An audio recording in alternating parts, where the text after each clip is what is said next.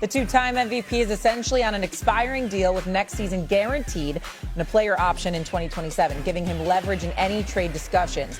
The Bucks hold the 10th overall pick in this upcoming draft that could be used as a foundation for a potential reset.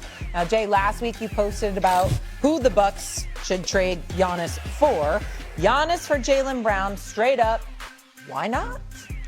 Stephen A., do you think the Celtics should be open to trading Jaylen Brown for Giannis? I do. I really do. But it's not as simple as, Giannis being, when healthy, being one of the dominant players to have ever played this game. He played 36 games this year. It was a bad year for him. He still averaged 27-9. That's who we're talking about here with the greatness of Giannis Antetokounmpo. But there's not the only reason that I think that you do this. I think you do this because other than Cater, who do you have if you're the Boston Celtics in terms of your front line? You gonna bring us Luke Garza? You gonna bring us somebody like that? What are you gonna do? Okay, you need more than that, right? Secondly, the reliance on the three-point shot, the living and the dying with the three-point shot. If you're Joey Mazzulla, that has to change. There really does. You don't have Steph Curry and Klay Thompson as your backcourt. You can't just live and die with the three like that, which is what the Boston Celtics did. I think that's problematic. Number 3, though, is Jaylen Brown and what we've been talking about over the last week. When you are 2 years removed from being a champion and being an NBA Finals MVP, and 2 years later, when you're playing without Jason Tatum for about 62 games, and you go to the postseason, and you get bounced out in the first round, it's the Boston Celtics, the most storied franchise in the history of basketball with 18 championships. Never have they lost a 3-1 lead until just now. And it was with Jason Tatum on the bench in Game 7. And Jaylen Brown was the bus driver. And you lost, and you go on the air inside of 24 hours and calls this your favorite season. I don't know how you come back from that. I think if you're the Boston Celtics and you have an opportunity to pair Giannis with Jason Tatum, you do it. For an abundance of basketball reasons, to change your style of play and and stuff like that. But also, Jaylen Brown clearly loves driving the bus. Let him drive somewhere else. That's what I think. Amron, go ahead.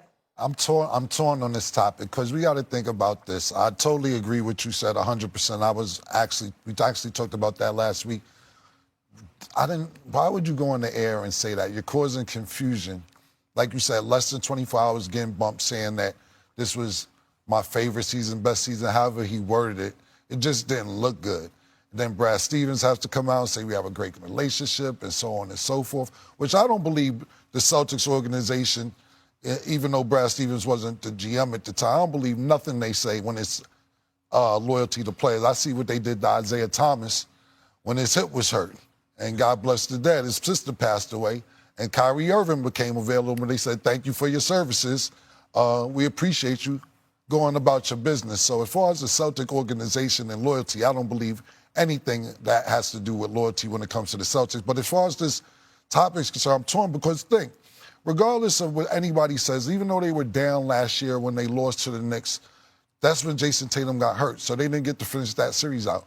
This series this year, even though they lost to the Sixers, Jason Tatum wasn't playing the whole time. The last time we seen a healthy Jason Tatum, along with Jaylen Brown, they actually won a championship. So I don't know if you want to split this up right away because we know when both are healthy, they have the potential to win a championship. But when you have the opportunity to get Giannis, you don't want to also miss out on the opportunity to get Giannis. You have to think, though, is this where Giannis wants to be? So if you trade him, you have to make sure you trade and sign him. We don't know if Giannis wants to be in Boston. He's buying houses and looking at houses in New York. Now, if New York wins the chip, I don't think they're going to want Giannis. But I'm really torn. It's damn if you do, if damn you don't, because I don't want to split this up knowing that last time we seen both of these players healthy on the court together, Jason Tatum and Jaylen Brown, They won a championship. But Actually, the last time we saw them together healthy on the court, they were going down 3-1 to the Knicks. They didn't lose. See, this is what I'm talking about. This is what I'm talking about. That's what I'm saying. I started this off, man. I started this off. It's the truth, Cameron. This is the truth. But this is what I'm saying. I started my soliloquy off with they were down in the series. This is what y'all do. You look for more reasons. Oh, I don't know if Cam said that. Let me make sure we add on to the point. I said they were down in the series. So go ahead, Jay. Cam, can I say this? So I said this last year, and I don't think it caught any traction because I think about these type of things when it comes to sports, right? So, you live down in great areas where, if you were spending time in South Florida, spending time in Europe, you get a chance to go on vacation. You can do a variety of different things, right? Go anywhere in the world. I laughed when I saw Giannis in Midtown in New York with the baby stroller and everybody just walking around. I was like, damn, okay, like this feels pretty obvious to me where homie want to be. And then he went from New York to the Bay and did the same thing in the Bay. And I was like, oh, okay. So I'll push back just a tad. And Stephen, I'd be curious to hear your opinion on this. Look, the Jaylen Brown, Giannis thing, that makes sense to me, right? That's a swap. If the Knicks come up short, where do you go in this arms race in the Eastern Conference? So short meaning they don't make it to the finals. Or let's say they make it to the finals. And then they lose. Let's say they lose 4-1. And you still feel... Let me tell you where it gets tricky, Jay.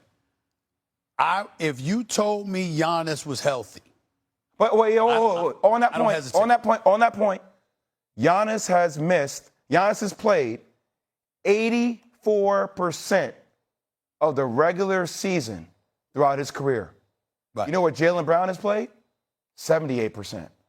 I just want to combat this narrative around Giannis not being healthy. I'm not talking about over his career. I'm talking about this past season. Well, this year also, he tried to come back, though, Stephen A. He tried to come back now. Yeah. And the Bucks kind of hindered him on coming back.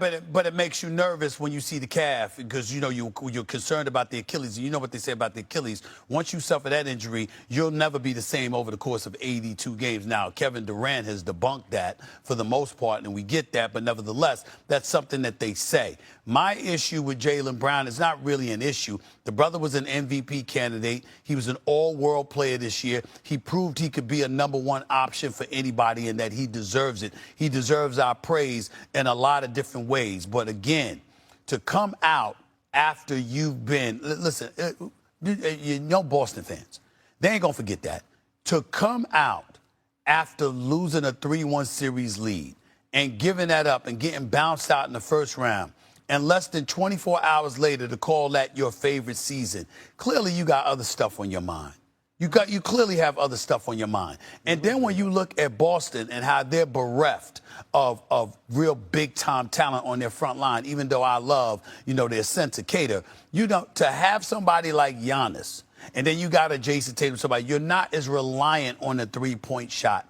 To live and die with it, as you have to be with the personnel that they have. And that's why I say you make the move. I agree with you on that. Are you trying to detract me away from the sentiment Knicks? That Giannis being with the Knicks is not a thing anymore? No. What I'm saying to you is I'm not running from it. I would give up damn near anything for Giannis in New York City. And I love me some Karl Anthony Towns. And I'm very proud of how Mikal Bridges has resurrected himself. But am I giving both of them up for a healthy Giannis? Hell to the yes. I ain't going to lie to you. And I love me some Karl Anthony Towns. But I'm not giving Giannis? Please, I wouldn't hesitate. Because to me, when healthy, he is one of the top 5 players on the planet Earth. Agreed. He's good for 30 and 12 a night. That's my whole point. Like, he shouldn't be off the table. Like, this is an arms race. We all know this 24/7. And where you were this year, even though it's been progressing the right way. Now, look, you win a championship, fine. But at some point, you need to make those decisions where you say, this current cast of teammates that we have, is this good for a long run? And if you're the Knicks, you got to think about that long term. It does feel like, though, there's like unfinished business with the Knicks. Like, we're still in the middle of this thing. Like, they're playing their best basketball right now, going through Karl Anthony Towns, going